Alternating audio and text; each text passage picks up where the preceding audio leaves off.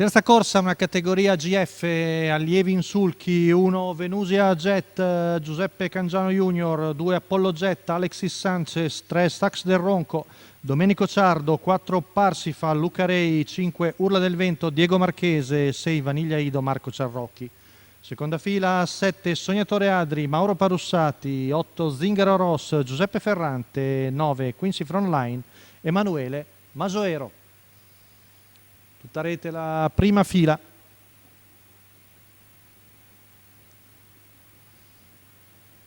Parte piano Urla del Vento. Rompe Apollo Jet. Veloce Sax del Ronco, scavalcato da Parsifal. Alla fine Parsifal prende vantaggio. Numero 2 Apollo Jet squalificato. Seconda posizione per Sax del Ronco, a precedere Venusia Jet, terza la corda, poi a largo Vaniglia Ido, la cui schiena viene prontamente presa da Quincy Frontline, 14,6 primi 200 metri, poi vediamo quarta posizione alla corda per Sognatore Adri, quindi in vantaggio Parsifal, Luca Rei, affiancato da Vaniglia Ido, 400 in 29,9, siamo sulla seconda curva, seconda la corda Sax del Ronco, affiancato da Quincy Frontline, poi ha spostato all'esterno anche Sognatore Adri ai fianchi di Venusia Jet. Arriviamo al paletto dei 600 metri, passati dal figlio di Ganymede in 45,5.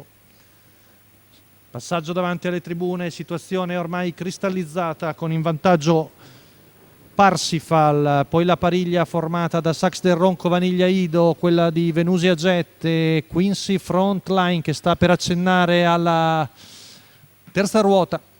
Siamo sulla penultima curva, un paio in prossimità del chilometro, con in vantaggio il numero 4 di Parsifal che arriva al chilometro in 1,15 secco, poi Sax del Ronco seconda la corda davanti a Venusia Jet, all'esterno ci prova Quincy Frontline a portarsi sui primi, ma fa ancora andatura Parsifal, retta di là passata in 14,9. Siamo all'imbocco dell'ultima curva con in vantaggio sempre Parsifal, Quincy Frontline ci prova, spostata all'esterno Sax del Ronco e infilato coi piedini di dentro da Venusia Jet.